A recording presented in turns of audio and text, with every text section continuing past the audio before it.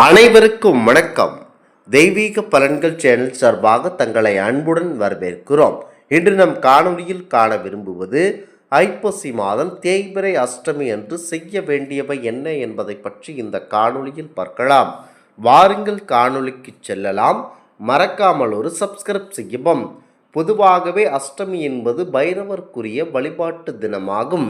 வளர்பிறை அஷ்டமி நாட்களில் கால பைரவர், சொர்ண பைரவரை வழிபடலாம். கால பைரவரை போற்றி 108 போற்றி அல்லது 1008 முறை போற்றி பாராயணம் செய்யலாம். அதிலும் தேய்பிறை அஷ்டமி மாபெரும் சிறப்பு வாய்ந்த நன்னாளாகும். சொன்ன கர்ஜன பைரவரை 108 முறை போற்றி ஆகியவையும் பாராயணம் செய்தால் சுபமங்கலம் சேரும், தலைகுனியா வாழ்வு கிடைக்கும் என்பது ஐதீகமாகும். அஷ்டமி நவமி ஆகிய நாட்களில் சுபகாரியங்கள் செய்வதை தவிர்க்க வேண்டும் என காலம் காலமாக நமது பெரியோர்கள் சொல்லித்தான் வருகிறார்கள்.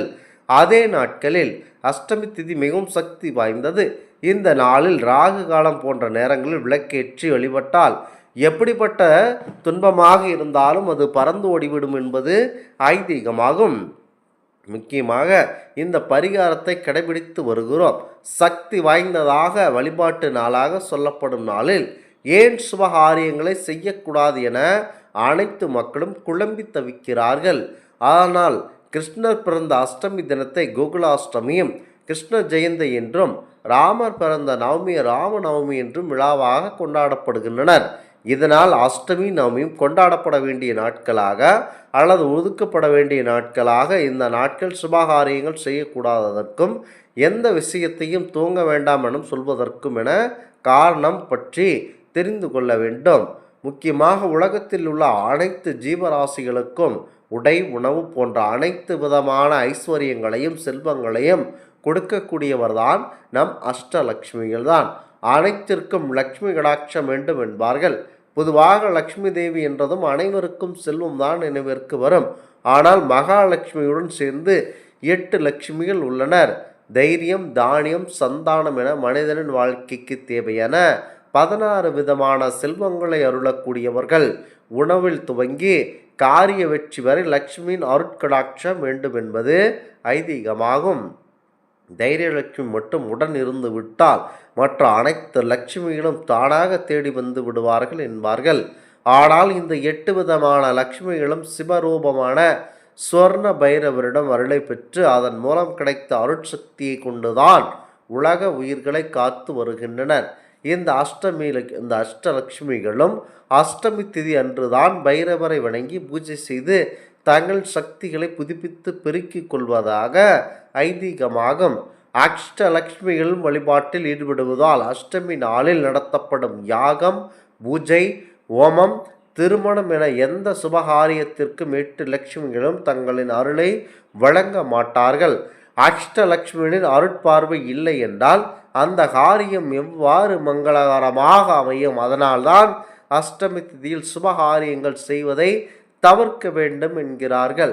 அதோடு அஷ்டலட்சுமிகளை வழிபட்டு தங்களின் அருளை பெருக்கிக் கொள்ளும் பேரொருளாக விளங்கும் பைரவரை நாமும் வழிபட்டால் நலம் பெறலாம் என புராணங்கள் வலியுறுத்துகின்றன.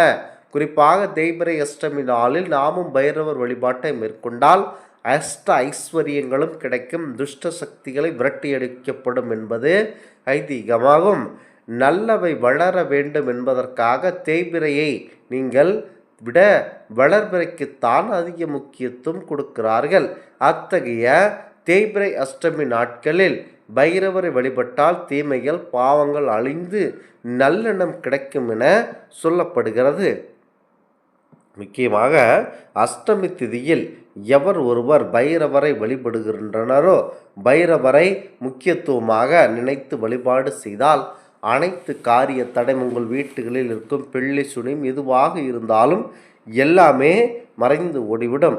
அஷ்டமி திதியில் மற்றும் பிரதி தமிழ் மாதம் எல்லா தேதியிலும் ஆயில்யம், சுவாதி, மிருகசீரிடம் நட்சத்திர தினங்களில் பைரவரை வழிபட்டால் உத்தியோகத்தில் மதிப்பும் பதவி உயர்வும் கிட்டும், தொழிலில் லாபம் கிட்டும். சனி பிரதோஷத்தன்று பைரவருக்கு தயிர் அன்னம் படைத்து வழிபட்டால் வழக்குகளில் வெற்றி பெறலாம். பைரவர் வழிபாடு செய்வதனால் வறுமை மற்றும் பகைவர்களின் தொல்லைகள் பயம் நீங்கி அவர் அருளால் அஷ்ட ஐஸ்வர்யங்களும் தன லாபமும் வியாபார முன்னேற்றமும் பணியாற்றும் இடங்களில் தொல்லைகள் நீங்கி மனதில் மகிழ்ச்சி பொங்கும். தினமும் தினமும் பைரவர் காயத்ரியையும் பைரவி காயத்ரியையும் ஓதி வந்தால் விரைவில் செல்வம் பெருகும். வெள்ளம் கலந்த பாயாசம், உளுந்த வடை, பால், தேன், வில்வம் இலைகளால் மூலமந்திரம் சொல்லி பைரவருக்கு இந்த தேய்பிறை அஷ்டமி நாளில் அர்ச்சனை செய்ய தொழில் விருத்தியாகும். முக்கியமாக சித்திரை பௌர்ணமி இல்லது ஐப்பசி பரணி போன்ற மாதங்களில் வரக்கூடிய பரணி நட்சத்திரம் கால பைரவருக்கு விசேஷ தினங்களாகும். ஏனெனில் பரணி நட்சத்திரத்தில் தான் பைரவர் அவதரித்தார். எனவே பைரவ நட்சத்திரங்கள் பைரவர் வழிபாட்டால் புண்ணியமும் பலனும் அதிகமாக கிடைக்கும். குறிப்பாக ஐப்பசி மாத தேய்பிறை அஷ்டமி நாட்களில் பைரவரை வழிபட்டு விரதம் இருப்பது மிகுந்த பலன்களை கொடுக்கும். எல்லா அஷ்டமிகளும் பைரவர் விரதம் இருக்கலாம். ஆனால் செவ்வாய்க்கிழமையில் அஷ்டமி இணைந்து வந்தால் அதைவிட சிறப்பான நாள் எதுவும் இல்லை. குறைந்தபட்சம் 21 அஷ்டமியில் தொடர்ந்து விரதம் இருக்க வேண்டும். குறிப்பாக பிரம்ம முகூர்த்த நேரமான 4 மணி முதல் 6 மணி உள்ள அந்த நேரத்தில் நீராடி பைரவரை மனதில் நினைத்து வணங்க வேண்டும். பகலில் ஒரு பொழுது மட்டும் எளிய உணவு சாப்பிடலாம். கண்டிப்பாக நீங்கள் சாப்பிடக்கூடாதென்று மாலை பைரவருக்கு வடைமாலை சாற்றி வழிபட வேண்டும்.